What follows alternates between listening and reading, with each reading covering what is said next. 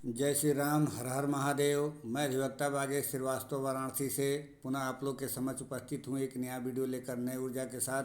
और मुझे विश्वास है कि आप लोग भी ऊर्जावान होंगे। हम लोग चर्चा कर रहे थे भारतीय न्याय संहिता सन 2023 के अध्याय 6 मानव शरीर पर प्रभाव डालने वाले अपराधों के विषय में, जिसमें हम लोगों ने आपराधिक मानववध हत्या का जो है वर्णन कर दिया है। आज हम चर्चा करेंगे ऑर्गेनाइज क्राइम के बारे में, संगठित अपराध के बारे में। इसके अलावा जो है हम लोग चर्चा करेंगे छोटे संगठित अपराध और आतंकवादी कृत्य। विषय पे आने से पहले मेरा निवेदन है कि यदि आप इस चैनल पर नए हैं तो कृपया सब्सक्राइब जरूर कर लें, बेल आइकन पर क्लिक कर दें ताकि जब भी मैं कोई वीडियो अपलोड करूं तो इसकी सूचना तुरंत आपको मिल जाए। और अधिक से अधिक लोगों को शेयर करें ताकि अधिक से अधिक लोग इसका फ़ायदा उठा सकें। चूँकि आज का जो विषय है बहुत ही इम्पॉर्टेंट है, खासकर जो बच्चे तैयारी कर रहे हैं या जो प्रैक्टिशनर हैं उनके लिए। चूँकि हमें याद है पिछले साल जब हम लोग उच्चतर न्यायिक सेवा छत्तीसगढ़ का एग्ज़ाम देने गए थे तो उसमें ये क्वेश्चन आया हुआ था। ऑर्गेनाइज क्राइम के विषय में, संगठित अपराध के बारे में आया था, सिंडिकेट के बारे में आया था। तो ये सब चीज़ें बहुत ही इम्पॉर्टेंट हो जाती है, खासकर जब कोई नया चीज़ जोड़ा जाता है या अमेंड किया जाता है। तो भारतीय न्याय संहिता के अध्याय 6 में ये जो धारा 111 है एक नया विषय लेकर के आया है, नए टॉपिक को लेकर के आया है। तो इसलिए बहुत ही इम्पॉर्टेंट हो जाता है। इसलिए नहीं कि ये नया है, इसलिए कि जब हम प्रैक्टिस में भी रहते हैं तो इसका ज़रूरत पड़ता है, क्योंकि जो समाज में नए नए अपराध नए नए तरीके से हो रहे थे उसको इस धाराओं में समाहित करते हुए और ध्यान में रखते हुए इस का परिभाषित किया गया है और उसके हिसाब से दंड का प्रावधान किया गया है। देखते हैं, विषय पे आते हैं अब हम लोग। ऑर्गेनाइज्ड क्राइम, संगठित अपराध। संगठित अपराध का उपधारा 1 जो 111 का उपधारा 1 का है वो ये कहता है कि any continuing unlawful activity including kidnapping, robbery, vehicles theft, extortion, land grabbing, contract killing, economic offence, cyber crimes, trafficking of persons, drugs, weapons और illicit goods or service, human trafficking for prostitution or ransom by any person or a group of person acting in concert, singly or jointly, either as a member of an organized crime syndicate or on behalf of such syndicate, by use of violence, threat of violence, intimidation, coercion, or by any other unlawful means to obtain direct or indirect material benefit, including a financial benefit, shall constitute organized crime। अब ये organise जो crime है, संगठित अपराध है, इसमें जो एक कीवर्ड है, खासकर परीक्षार्थियों को इस बात को ध्यान देना होगा कि इसमें किन किन अपराधों को समाहित किया गया है। तो ये कह रहा है कि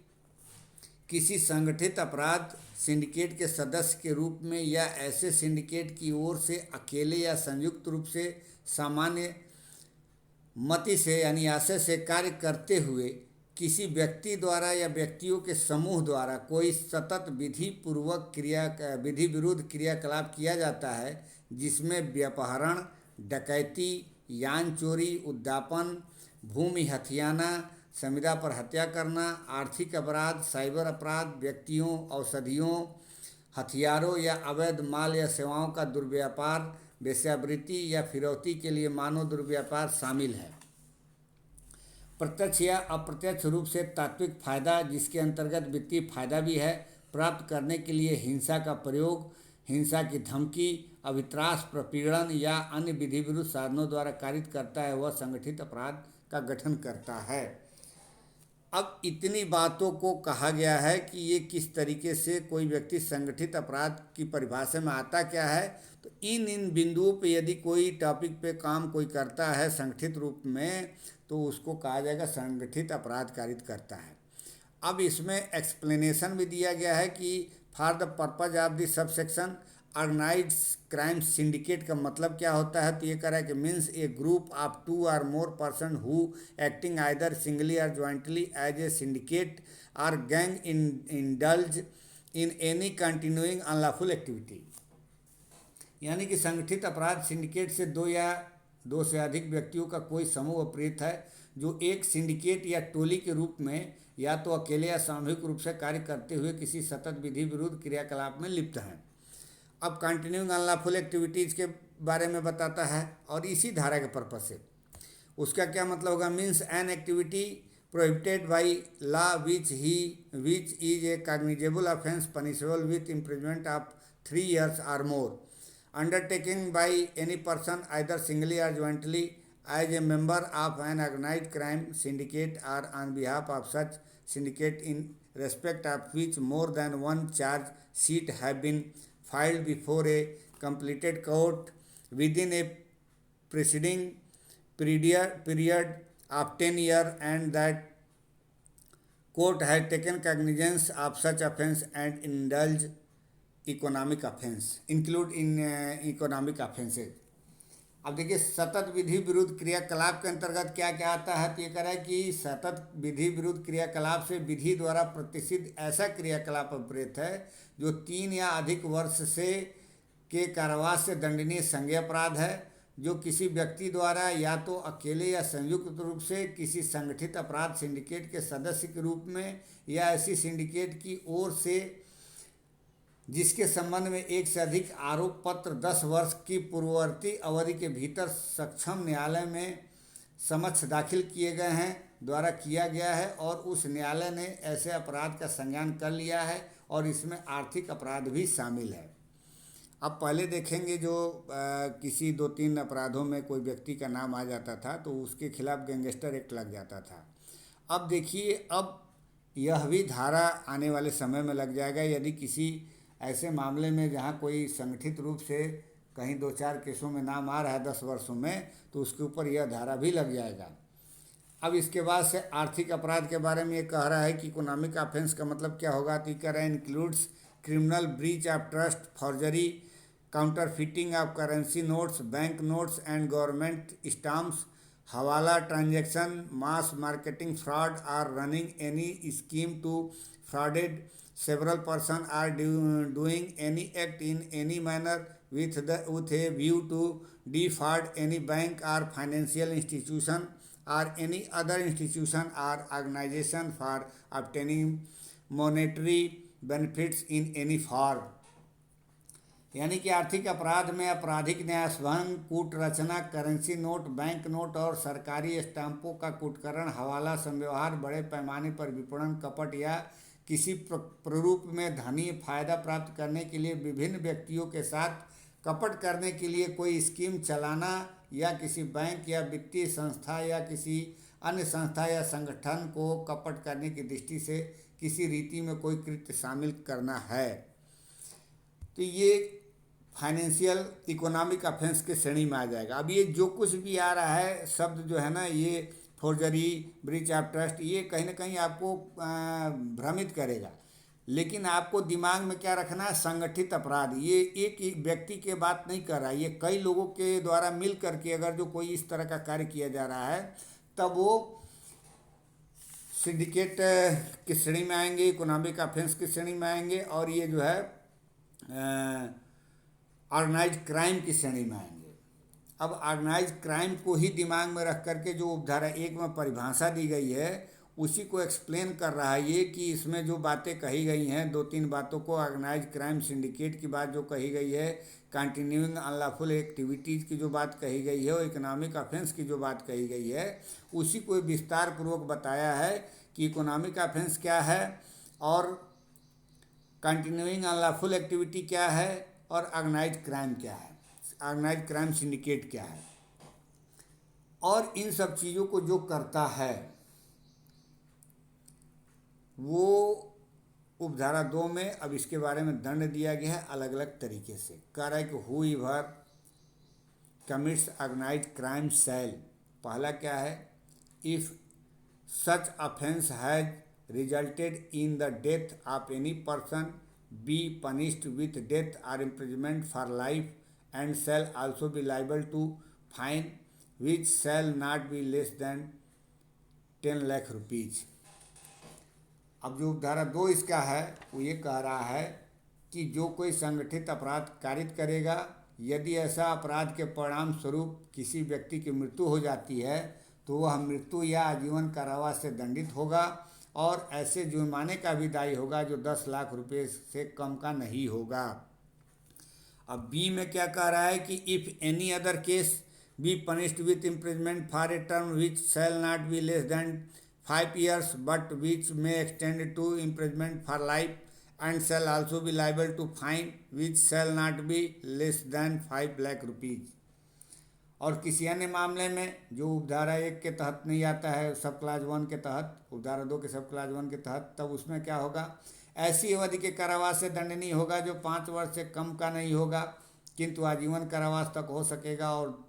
ऐसे जुर्माने के लिए भी दायी होगा जो 5 लाख रुपए से कम का नहीं होगा। ये तो हो गया डायरेक्टली जो बात कर रहा है कि कोई व्यक्ति ऑर्गेनाइज क्राइम करता है तब और उसका परिणाम इस तरह का आता है तो। अब इसके बाद जो धारा 3 है, अब ये कह रहा है कि यदि कोई whoever abets, attempts, conspirates or knowingly facilitates the commission of an organized crime or otherwise engages in any act preparatory to an organized crime shall be punished with imprisonment for a term which shall not be less than 5 years but which may extend to imprisonment for life and shall also be liable to fine shall not be less than 5 lakhs rupees। यानी कि कोई व्यक्ति संगठित अपराध का दुष्प्रेरण प्रयत्न षड्यंत्र करता है या यह जानते हुए कारित किया जाना शुकर बनाता है या संगठित अपराध के किसी प्रारंभिक कार्य में अन्यथा नियोजित होता है, वह ऐसी अवधि के कारावास से दंडनीय होगा जो 5 वर्ष से कम का नहीं होगा किंतु जो आजीवन कारावास तक का हो सकेगा और ऐसे जुर्माने का भी दायी होगा जो 5 लाख रुपए से कम का नहीं होगा। अब चौथा उपधारा इसका कह रहा है कि any person who is a member of an organised crime syndicate shall be punished with imprisonment for a term which shall not be less than 5 years but which may extend to imprisonment for life and shall also be liable to fine which shall not be less than 5 lakh rupees. ये जो उपधारा 4 है, आप समझ लीजिए कि एक प्रकार से कहीं न कहीं से जो अपने यहाँ भारतीय विधि है और भारतीय विधि की जो व्यवस्था है उसमें हो सकता है कि कोई इनोसेंट व्यक्ति इसमें फंस जाए, क्योंकि हमारे यहाँ का जो पुलिसिया सिस्टम है वो कहीं न कहीं इसका एक आधार लेकर के आम जनता में जो खासकर सभ्य टाइप के व्यक्ति हैं उनका दोहन करती चली आ रही है। अब ये उपधारा 4 जो है कहीं न कहीं से अच्छा तो है, लेकिन जो ये इसमें दंड का जो प्रावधान है कहीं न कहीं से यदि पुलिस किसी व्यक्ति को कनेक्ट करके यदि जोड़ देती है तो आप समझिए कि उसकी लाइफ पूरी चौपट हो जाएगी। उपधारा 4 कहता है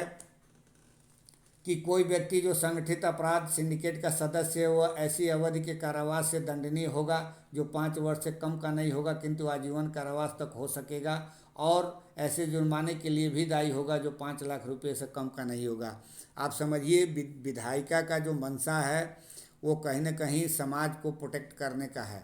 लेकिन कानून अपने यहाँ का जो पुलिसिया वर्ग है उसका शुरू से दुरुपयोग करती चली आई है और यह उपधारा 4 कहीं न कहीं से आने वाले समय में दुरुपयोग का कारण बनेगा, ये मेरा मानना है। मैं कहीं से भी विधायिका का और इसका वो एक गलत इंटरप्रिटेशन नहीं कर रहा हूँ, लेकिन जो समाज में देखा जा रहा है, जो सुना जा रहा है, इस तरीके के अपराध का ये अब चूँकि प्रोसीजर इसके लिए अलग से बनाना चाहिए था। जो भारतीय नागरिक सुरक्षा संहिता अधिनियम है कि उपधारा 4 में धारा 111 की उपधारा 4 में नाम तब तक किसी का नहीं लाया जाएगा जब तक का उसका जो है न्यायिक मजिस्ट्रेट द्वारा जांच न किया जाए, क्योंकि ये कहीं न कहीं से केवल नाम डाल देने से देखिए चार्जशीट में नाम आ जाता है। हम लोग चूँकि रेगुलर फेस करते हैं क्लाइंटों को, ये कहीं न कहीं से घातक होगा। केवल चार्जशीट में नाम आ जाएगा तो उसको हाई कोर्ट सुप्रीम कोर्ट तक लड़ना पड़ जाएगा केवल बेल के लिए। खैर बहरहाल जो है सो है। आगे बढ़ते हैं। उपधारा 5 कह रहा है कि whoever intentionally harbors or conceal Any person who has committed the offence of an organized crime shall be punished with imprisonment for a term which shall not be less than 3 years, but which may extend to imprisonment for life, and shall also be liable to fine which shall not be less than 5 lakhs rupees. अब देखिए, provided that this subsection shall not apply to any case in which the harbours or concealment is by the spouse of the offender. ये actual में पति पत्नी को एक माना गया है कि यदि कोई पत्नी द्वारा अपराध किया जाता है और पति जो है उसको छुपा लेता है तो पति इसके लिए लायबल नहीं होगा, इस अपराध की श्रेणी में नहीं आएगा। या पति द्वारा कोई इस तरह का अपराध किया जाता है और वो घर आता है, पत्नी द्वारा उसको संश्रय दे दिया जाता है, तो फिर पत्नी का नाम इसमें नहीं जोड़ा जाएगा इस अपराध के तहत। ये बात कह रहा है। इसका हिंदी वर्जन ये है कि जो कोई किसी व्यक्ति को जिसने संगठित अपराध कारित किया है साहसपूर्वक संश्रय देता है या छिपाता है, वह ऐसी अवधि के कारावास से दंडनीय होगा जो 3 वर्ष से कम का नहीं होगा किंतु आजीवन कारावास तक हो सकेगा, और ऐसे जुर्माने का भी दायी होगा जो 5 लाख रुपये से कम का नहीं होगा।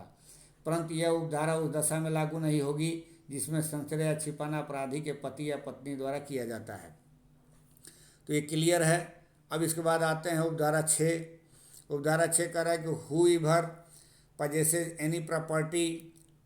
derived or obtained from the commission of an organized crime or proceeds of any organized crime or which has been acquired through the organized crime shall be punishable with imprisonment for a term which shall not be less than 3 years, but which may extend to imprisonment for life, and shall also be liable to fine which shall not be less than 2 lakh rupees। यह धारा कुछ हद तक एक प्रकार से आप देखेंगे जो धारा 411 वगैरह थे अपने भारतीय दंड संहिता के, उससे मिलते जुलते हैं, लेकिन ये अलग किस्म का है। यहाँ पे ऑर्गेनाइज क्राइम के माध्यम से यदि कोई व्यक्ति कोई संपत्ति प्राप्त कर लेता है या ऑब्टेन कर लेता है या बना लेता है, तो उसके बारे में बता रहा है कि अगर जो ये ऐसी बातों को पाया जाता है तो उसके खिलाफ जो है वो कम से कम 3 साल का सज़ा होगा, उसे कम से कम 3 साल का सज़ा होगा और अधिक से अधिक जो है लाइफ इम्प्रिजनमेंट हो सकता है, और 2 लाख रुपये तक का जुर्माना भी हो सकता है, उससे कम का नहीं होगा। जो कोई संगठित अपराध कारित किए जाने से या किसी संगठित अपराध के आगमों से व्युत्पन्न या अभिप्राप्त या संगठित अपराध के माध्यम से अर्जित की गई किसी संपत्ति पर कब्जा रखता है, वह ऐसी अवधि के कारावास से दंडनीय होगा जो 3 वर्ष से कम का नहीं होगा किंतु आजीवन कारावास तक हो सकेगा, और ऐसे जुर्माने का भी दायी होगा जो 2 लाख रुपये से कम का नहीं होगा। देखिए, मेरे हिसाब से तो अब यह धारा आ जाने के बाद गैंगस्टर एक्ट को हमारे ख्याल से ख़त्म कर देना चाहिए, क्योंकि जो गैंगस्टर एक्ट का पर्पज़ था वो कहीं न कहीं ये जो नया भारतीय न्याय संहिता है उसमें इन सब धाराओं में समाहित हो चुका है। लास्ट में उपधारा 7 इसका ये कह रहा है कि if any person on behalf of a member of an organised crime syndicate is or at any time has been in possession of movable or immovable property which he cannot satisfactorily account for shall be punishable with imprisonment for a term which shall not be less than 3 years, but which may extend to imprisonment for 10 years, and shall also be liable to fine which shall not be less than 1 lakh rupees। अब देखिए, ये जो उपधारा 6 और उपधारा 7 है, दोनों में बहुत बारीकी अंतर है। उपधारा 7 कह रहा है कि यदि संगठित अपराध सिंडिकेट के सदस्य की ओर से कोई व्यक्ति या किसी भी समय ऐसी किसी चल या अचल संपत्ति को कब्जे में रखता है जिसका वह समाधानप्रद लेखा नहीं दे सकता है, वह ऐसी अवधि के कारावास से दंडनीय होगा जो 3 वर्ष से कम का नहीं होगा किंतु जो 10 वर्ष तक का हो सकेगा, और ऐसे जुर्माने का भी दायी होगा जो 1 लाख रुपये से कम का नहीं होगा। देखिए, जो उपधारा 7 है इसको उपधारा 6 में रखना चाहिए था, और जो उपधारा 6 है उसको 7 के जगह पर रखना चाहिए था। चूँकि जो उपधारा 7 है ये इसका गुरुतर रूप जो है उपधारा 6 है, यानी कि जो उपधारा 6 है वो परमानेंट की व्यवस्था बनाता है। जैसे मान लीजिए कोई व्यक्ति ऐसा है सिंडिकेट अपराध करते हुए और दिनों दिन और रात दिन मिला करके वो कई दिनों में आप समझिए कि करोड़ों की प्रॉपर्टी बना लेता है, तो वो धारा उपधारा 6 की बात करता है कि मतलब कहीं से कोई ऑर्गेनाइज क्राइम करते हुए कोई प्रॉपर्टी पे प्रॉपर्टी बनाते चल रहा है और वो कहीं ना कहीं से उसका कहीं मतलब कोई वो आय का स्रोत उसके पास नहीं है, माने जो लीगली आय का स्रोत होता है वो नहीं है। वो जो धारा 1 में दिया गया है वो इसमें उसके तहत वो संपत्ति प्राप्त कर रहा है उन क्राइमों के माध्यम से, और उसको दिन दुना रात चौगुना बढ़ाता जा रहा है, तो वो चीज़ उपधारा 6 में दिया गया है। और उपधारा 7 में जो है वो तत्कालीन की बात कर रहा है कि यदि कोई ऐसा व्यक्ति के पास से तुरंत कोई संपत्ति प्राप्त किया जाए, जैसे धारा 411 आप पढ़े होंगे उसमें आपके भारतीय दंड संहिता में कि कोई संपत्ति जो है पाई जाती है किसी के कब्जे में से, तो वो चोरी की संपत्ति यदि है तो तुरंत जो है क्या नाम है कि उसमें समस्या आता था कि उसको साबित करना होता था कि वो संपत्ति कहाँ से पाया है। क्योंकि यहाँ पर भी वही सब बातें हैं कि यदि कोई संपत्ति तुरंत उसके पास पाया जाता है और ये सिंडिकेट के रूप में अपराध के माध्यम से पाया जाता है, ऑर्गेनाइज क्राइम के सिंडिकेट के माध्यम से, और वो क्लियरिफिकेशन नहीं कर पाता है सेटिस्फैक्टरली अकाउंट फॉर, जो बात कही गई कैन नॉट सेटिस्फैक्टरली अकाउंट फॉर, यानी कि वो उसको एक प्रकार से समाधान प्रद लेखा दोखा नहीं दे पाता है कि ये संपत्ति हम कहाँ से पाए हैं, तो तुरंत के लिए बात कर रहा है कि तब उस कंडीशन में ये क्या होगा कि इसके ऊपर जो है जो कि 3 वर्ष से कम का कारावास का नहीं होगा और 10 वर्ष तक का हो सकेगा, और ये जुर्माने से भी दंडित होगा जो 1 लाख रुपये से कम का नहीं होगा। अब मैटर टू मैटर डिपेंड करता है, क्योंकि वीडियो लंबा हो जाएगा, इसको एक इसी धारा में हम समाहित करते हैं। बेयर एक्ट आप लोग माइन्यूटली पढ़िएगा, केवल यही एक धारा जो है 7 उपधाराओं में बटा हुआ है और बहुत ही ब्रॉड है, मतलब एक प्रकार से समझ लीजिए कि बहुत कुछ इसमें कह दिया गया है। परीक्षा के पर्पज़ से तो बहुत ही समझिए इम्पॉर्टेंट है, और प्रैक्टिकल के पर्पज़ से भाई जो रेगुलर प्रैक्टिशनर हैं उनके लिए तो इम्पॉर्टेंट है, ये वो लोग पढ़ ही चुके हैं, उनके लिए कोई दिक्कत नहीं है। दिक्कत है तैयारी करने वाले बच्चों के साथ। तो मैं अब इस वीडियो को यहीं विराम देता हूँ। आप लोग डायरेक्ट जरूर माइन्यूटली पढ़िएगा, अगर जो कमेंट्री नहीं आ गई होगी, कोई केस ला अगर इस पर आ गया होगा तो उसको भी आप लोग देख लीजिएगा।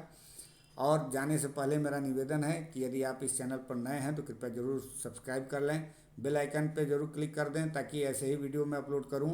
तो आपको सूचना तुरंत मिल जाए, और अधिक से अधिक लोगों को शेयर करें ताकि अधिक से अधिक लोग इसका लाभ ले सकें। मिलते हैं अगले वीडियो में, तब तक के लिए इजाज़त दीजिए। धन्यवाद।